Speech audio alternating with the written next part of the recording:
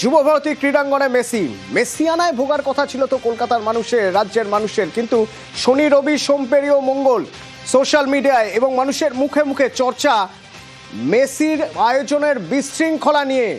চর্চা ক্রীড়ামন্ত্রী অরূপ বিশ্বাসের মেসিকে জড়িয়ে ধরে হেসে ছবি তোলা নিয়ে।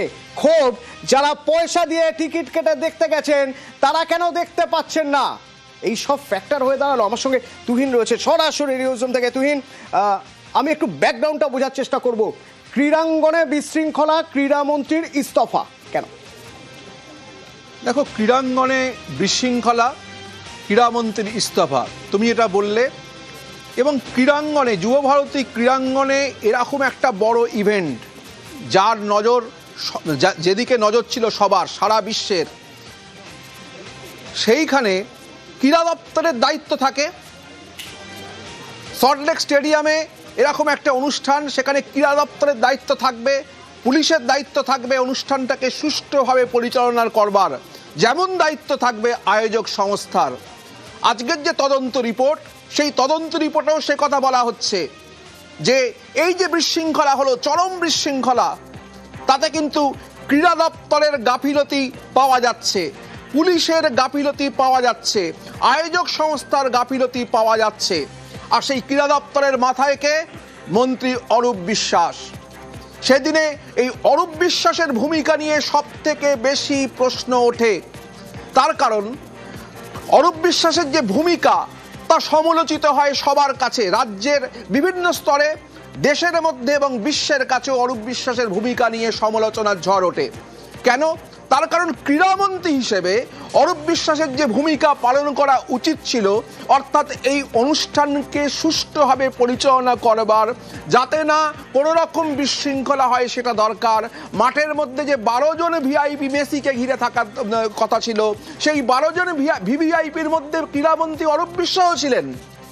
কিন্তু অরূপ বিশ্বাসকে সেই ভূমিকায় দেখা যায়নি যে হচ্ছে এটাকে সুন্দরভাবে পরিচালনা করবার। বরঞ্চ অরূপ বিশ্বাসের যে সমস্ত ছবি সোশ্যাল মিডিয়ায় ভাইরাল হয়েছে, তা থেকে দেখা গেছে মেসির সঙ্গে অরূপ বিশ্বাসের ছবি তোলা নিয়ে একটা বিতর্ক তৈরি হয়েছে, সমালোচনা তৈরি হয়েছে।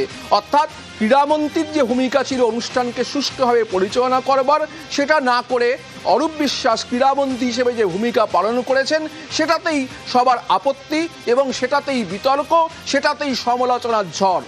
এবং সেই জায়গা থেকেই তদন্ত কমিটির রিপোর্টেও কিন্তু অরূপ বিশ্বাস, ক্রীড়ামন্ত্রী অরূপ বিশ্বাসের ভূমিকা নিয়ে প্রশ্ন ওঠে এবং ক্রীড়া দপ্তরের গাফিলতি যে আছে সেটা কিন্তু পরিষ্কার করে দেওয়া হয়েছে তদন্ত রিপোর্টে।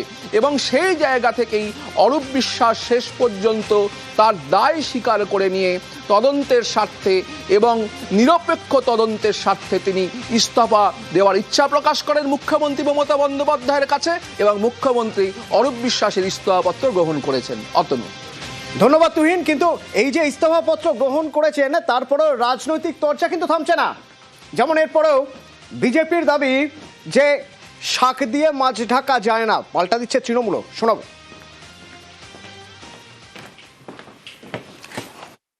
অরূপ বিশ্বাস ক্রীড়ামন্ত্রী, এই পরিকল্পনাটা অরূপ বিশ্বাসের নয়। জীবন্ত কিংবদন্তি লিওনার্ড মেসি কলকাতায় এসেছেন, ক্রীড়ামন্ত্রী হিসেবে অরূপ বিশ্বাস উপস্থিত ছিলেন। এটা একটা সামগ্রিক প্রাতিষ্ঠানিক দুর্নীতি।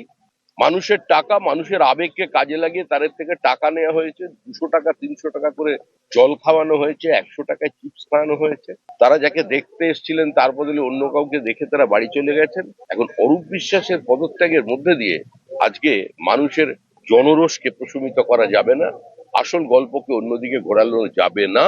অরূপ এইভাবে শাক দিয়ে মাছ ঢাকতে চাইছেন।